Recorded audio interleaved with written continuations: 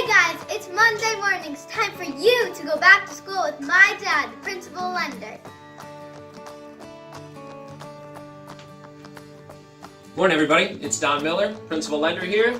It's another beautiful Monday morning here in Rhode Island, and you know what time it is? It's time to go back to school. Today's lesson is going to be about reducing closing costs. Now the first thing I want to be able to explain to you is there's basically two different buckets that you have to look at when you're coming to the closing table. The first one is down payment. That is money that you are required to bring to the closing table. There are some programs out there, of course, Rhode Island Housing, USDA loan, VA loans that allow people to not bring any money to the closing table. But typically, most of the loans we do, FHA and conventional, there's an expectation that you're bringing money to the closing table. For an FHA loan, you have to bring 3.5%. For conventional loans, you can bring 3% in some situations, 5%, of course 10, 20% you can bring to the closing table. So remember that. You bring that money to the closing table, we, the bank, bring the balance. So on an FHA, you bring 3.5, we bring 96.5. That is a guaranteed requirement that you have to bring to the closing table. Now, the other bucket is closing costs. Those are the fees that are associated with the transfer of title of a property from one person to another. So those are broken down by looking at title fees and recording fees, escrow setup fees, loan origination fees.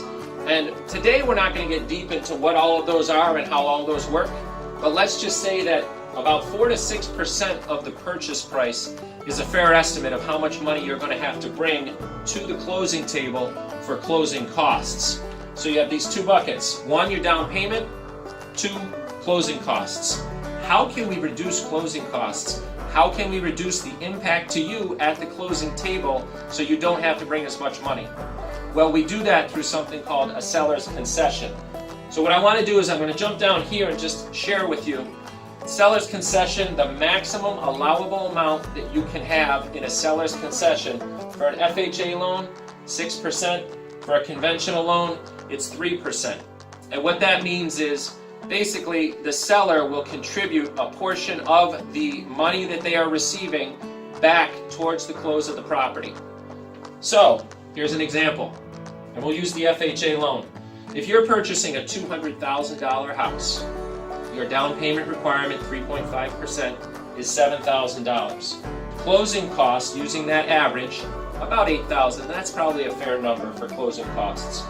If you get a seller's concession of the $8,000, because remember on FHA you can do as much as 6%. So doing the math, $200,000, you'd be talking about $12,000. You don't need that much though.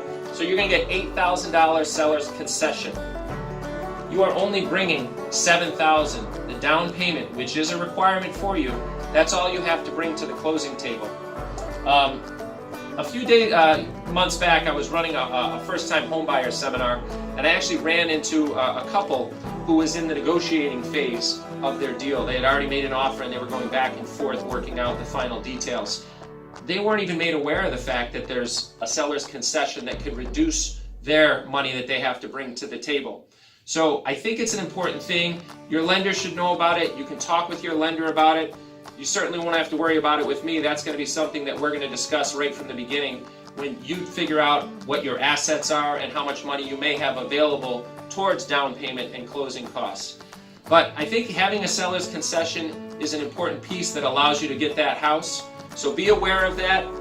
I'd be happy to work with you. I'm certainly going to give you all the information you need so you can make the best decision for you. I just wanted to share that bit of information with you. Hopefully that's helpful. Hope you have a great day. Look forward to talking to you.